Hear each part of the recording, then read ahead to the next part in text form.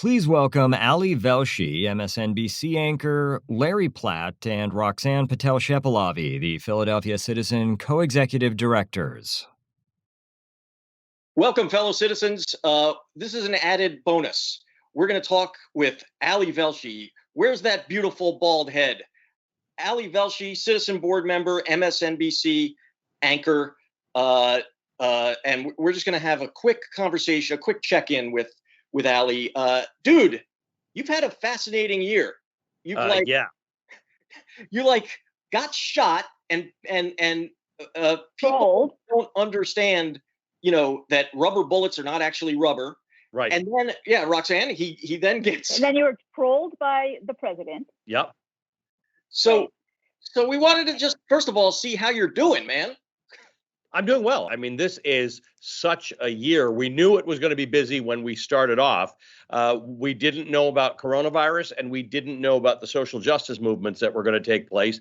And both of those, plus the campaign, have dominated most of my year, as they have, by the way, for most Americans. I was just a little bit closer to the action the whole time. And I have to tell you, the sense of there are a lot of things going through my mind right now. One is I do want this to be over, and I've got a bit of anxiety about it, and I've got a lot of excitement about all of those things we haven't talked about for 4 years, including foreign affairs, including social justice, and those issues that are really most important to people. But I sort of want this to be over because it's been very personal in a way that it hasn't typically. Larry, you and I have talked for years about expression and First Amendment, and I have had very, very, very strong views about that before it happened to me. Before I was one of the people that they wanted to silence, before I was one of the people targeted by the president of the United States of America. I couldn't believe that. It's like, this is the kind of thing you expect in other countries. There are some countries to which I cannot travel safely today because of the reporting I've done on their regimes. America was not supposed to be one of those places. America was not supposed to be a place where I knew where my flak jacket was. America was not supposed to be a place where I had a gas mask. We have just finished with the Press Freedom Awards, which, are always a great reminder of around the world, the journalists who do wear flak jackets, who are targeted by their own governments, who are often killed or arrested. And I remember thinking every year when I celebrated press freedom, I would think, wow, these are amazing. We're not really journalists. That's really amazing journalists. I didn't think that would come to us. And at the beginning of the Press Freedom Awards was just a montage of all the reporters who have been targeted, gassed, shot, arrested, or attacked over the course of the year in America. And I'm hoping for that chapter to close. We have a First Amendment in our Constitution. We believe in the power of free speech. We believe in sunlight being the best disinfectant. We believe in dialogue. I just want that to come back and get owned by everyone. And by the way, this is not going to be easy. Roxanne and Larry, this is not going to be easy because it's not like a light switch, goes on and everybody now believes in press freedom and that journalists are honest. There are a lot of dishonest journalists out there, and they sully all of us. So there is great work to be done to rebuild the trust of American people in journalism as their eyes and ears into governance. And our job of bearing witness and holding power to account has to continue. It'll be different because we won't be fact checkers of lies every day like Daniel Dale is. But we will still have to remember that as we breathe a sigh of relief, if it's not Donald Trump attacking the media, our responsibility as journalists does not change. It does not diminish. We will hold the next administration to account, and they may not like that. And some of my viewers on MSNBC may not like that either, but that's what we do. Right. We don't wear team color. Right. Yeah. I mean, so one of the things, though, that I always that strikes me, though, and you kind of touched on this, is that journalists also bear some responsibility for the way that journalists are viewed in America. And I think that, I recognize that even from 4 years ago, where the sort of story that journalists are telling doesn't seem to be the story that people are experiencing, right? Yeah. And so part of what you did with Velshi Across America, which was amazing, was you went out and you actually talked to people so that it wasn't just you as a journalist in a bubble in New York telling people what you think America's all about. And I think that disconnect has really caused our industry to suffer, right? That You're right.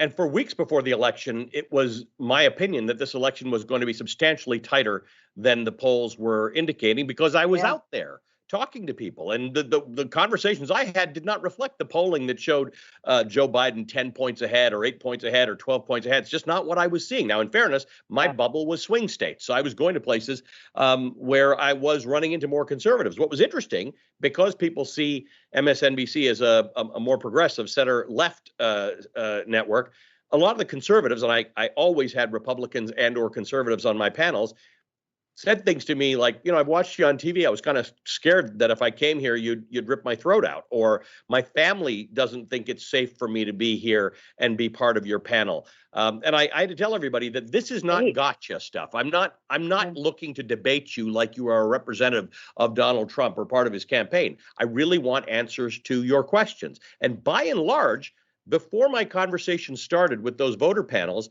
they'd often have half an hour or 45 minutes before I got there, because I would literally fly from New York or Philadelphia after my show to one of these places. And they were getting along like, peas and carrots until I got there and asked them who they were voting for. And then all of a sudden, everybody got dug in, and sometimes it got hostile and it got mean. But my general impression was, short of a cheering section, people are respectful. Short of a mob, people actually are willing to empathize and hear other views. And we are going to have to figure this out starting now, because otherwise we're going to end up being like these European countries where one side wins and all the airports and roads get changed, the names of them, and another side wins and they change all of that. And you're seeing this in the dying days of the Trump administration, right? Replacing people. He's trying to do everything he can to maintain his legacy, which is the way other less democratic countries think about these things. This is not going to go away with Donald Trump. I don't even think Donald Trump's going to go away, but it's not going to go away. We have something deeply entrenched that we have to fix in the American psyche, and my profession and the Philadelphia Citizen have a very large role to play in changing that psyche through dialogue.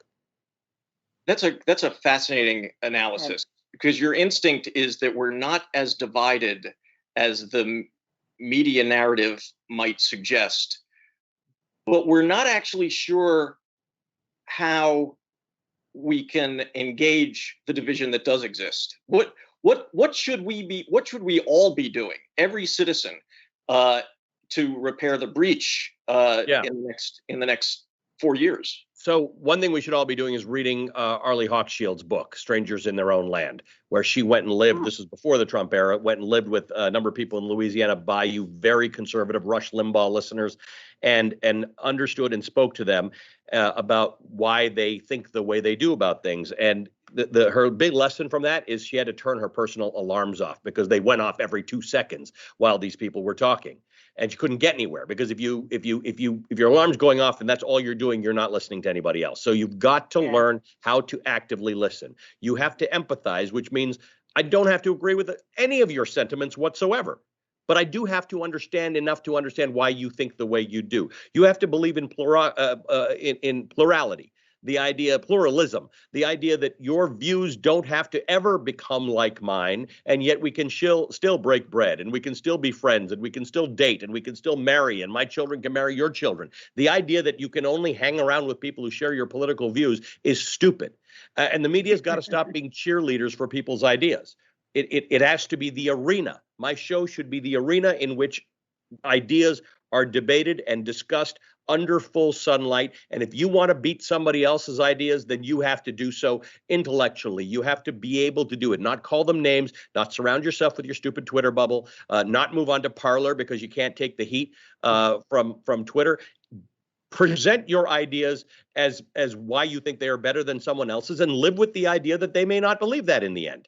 And that is all okay. That's what we're here for. We are not meant to. Howard Schultz told me during the election when he was running for a hot minute for president, he said, when I get together, I'm going to bring everybody around a table and give them a cup of coffee, and we're going to agree on stuff. And I said, that is remarkably naive.